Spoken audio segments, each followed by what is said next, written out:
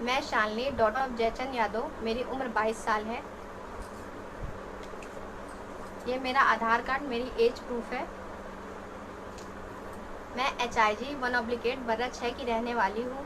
अपने घर से 29 जून को अपने कॉलेज के एग्ज़ाम का बहाना करके अपने घर से निकली थी लखनऊ के लिए, लेकिन मैं अपने दोस्त मोहम्मद फैसल, जिनको मैं 6 साल से जानती हूँ, इनके साथ मैं 2 जुलाई को आके हमने गाज़ियाबाद से शादी की। मैंने अपनी मर्ज़ी से, अपनी राज़ी खुशी से, बिना किसी दबाव, बिना किसी फोर्स से मैंने अपना कन्वर्जन किया। हमने निकाह किया और निकाह के साथ साथ हमने कोर्ट मैरिज भी की।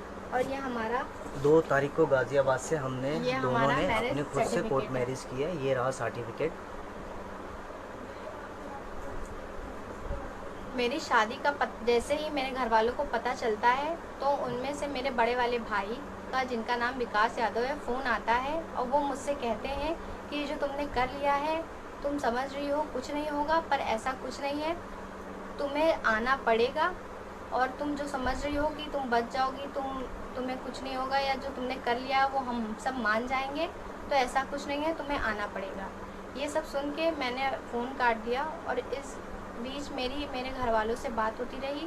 मेरी मम्मी, जिनका नाम शत्रुपा यादव है, उनसे बात हुई। मेरी भाभी, जिनका नाम नेहा यादव है, मेरे बड़े वाले भाई विकास यादव, और मेरे जो मुझसे जो बड़े एक हैं उनका नाम अभिषेक यादव, उनसे मेरी बात होती रही। मेरे अभिषेक यादव के भाई के दोस्त से, जिनका नाम दीपक यादव है, वो मुझे समझाते रहे कि आ जाओ, हम किसी को कुछ नहीं बताएंगे, हम चुप्पे से तुम्हें गाड़ी में ले जाएंगे, कुछ नहीं होगा, तुम बस आ जाओ।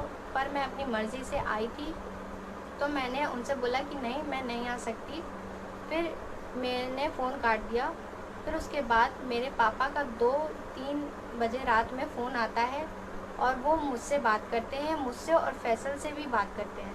मुझसे भी बातें करी थी बहुत सारी कि तुम क्या करते हो, क्या काम है, तुम्हें ये करने से पहले सोचना चाहिए था। अच्छा, अपने तुमने तो सुना आपने, कूल माइंड की शालिनी यादव परीक्षा देने के बहाने घर से निकली और अपने दोस्त फैजल से निकाह कर लिया। सबसे पहले यह प्रश्न खड़ा होता है कि हिंदू से इस्लाम में कन्वर्ट होने की आवश्यकता क्या थी?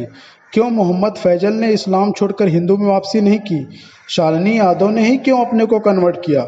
इसलिए कहते हैं ना मित्रों कि यह लव नहीं, यह है लव जिहाद। तथाकथित प्रबुद्धों को मेरी बातों से मिर्ची लगेगी, तथाकथित प्रबुद्धों को मेरी बातों से तो मिर्ची लगेगी, लेकिन सच्चाई यही है। मित्रों, इन लड़कियों को अब क्या कहा जाए? मित्रों, देश के अनेक भागों में हम रोज देख रहे हैं कि जिहादी ने पहले हिंदू बालिका को किसी तरह फंसाया, फिर निकाह किया, बाद में उसे मरने के लिए छोड़ दिया, और कई मामलों में तो जिहादियों ने सरेआम हिंदू बालिका की रेप करके हत्या कर दी। यह 2 अगस्त की घटना देख लीजिए मित्रों। यह 2 महीना पहले की घटना देखिए, जहां केवल मोबाइल पर 6000 फॉलोअर होने के कारण जिहादी ने नैना मंगलानी की हत्या कर दी। ये देखिए मित्रों, शादी के इस फोटो में कैसे खुश दिख रही है, और आगे देखो इसको क्या होता है। मित्रों, मेरे जैसे कई सनातनी बंधु कई वर्षों से लव जिहाद के प्रति हिंदू बालिकाओं को जगाने का बहुत प्रयास कर रहे हैं और बहुत कुछ सफलता भी हासिल की है। और यदि हम लव जिहाद की बात करें तो ये पिछले 10 वर्षों से भारत में प्रचलित है, और 10 वर्षों से ये बहुत तेजी से प्रसारित हो रहा है पूरे देश के अनेक भागों में।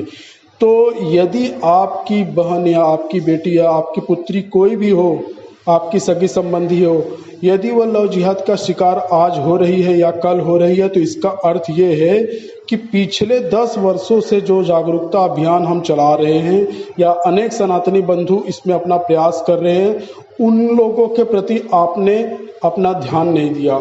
इस जागरूकता अभियान से आपने कुछ सीखा नहीं, और वही सेकुलरिज्म की मानसिकता रखते हुए अपने हिंदू बालिकाओं को वैसे ही छोड़ दिया। उन्हें न किसी प्रकार का संस्कार दिया कि इन जिहादी लोगों से कैसे अपनी रक्षा की जाए। मतलब घर के माता पिता या भाई बहन जो कोई भी कह ले, जो वरिष्ठ लोग हैं, वे स्वयं जिम्मेदार है इसके कारण, क्योंकि आपने इसके प्रति ध्यान नहीं दिया।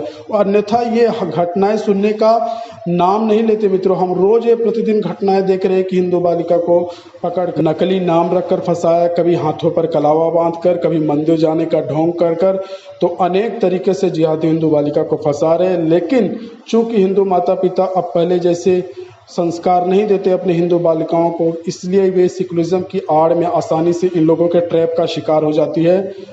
इसमें मित्रों सबसे बड़ी जो भूमिका होती है अपने हिंदू बालिकाओं को बचाने के लिए, वो सबसे बड़ी भूमिका उनके माता पिता की स्वयं होती है। यदि माता पिता अपनी बहन बेटी या अपने घर के रह रहे किसी भी सदस्य को इन लोगों के षड्यंत्र के प्रति सदा जागरूक करे तो ये घटना उनके सामने नहीं घटित होगी।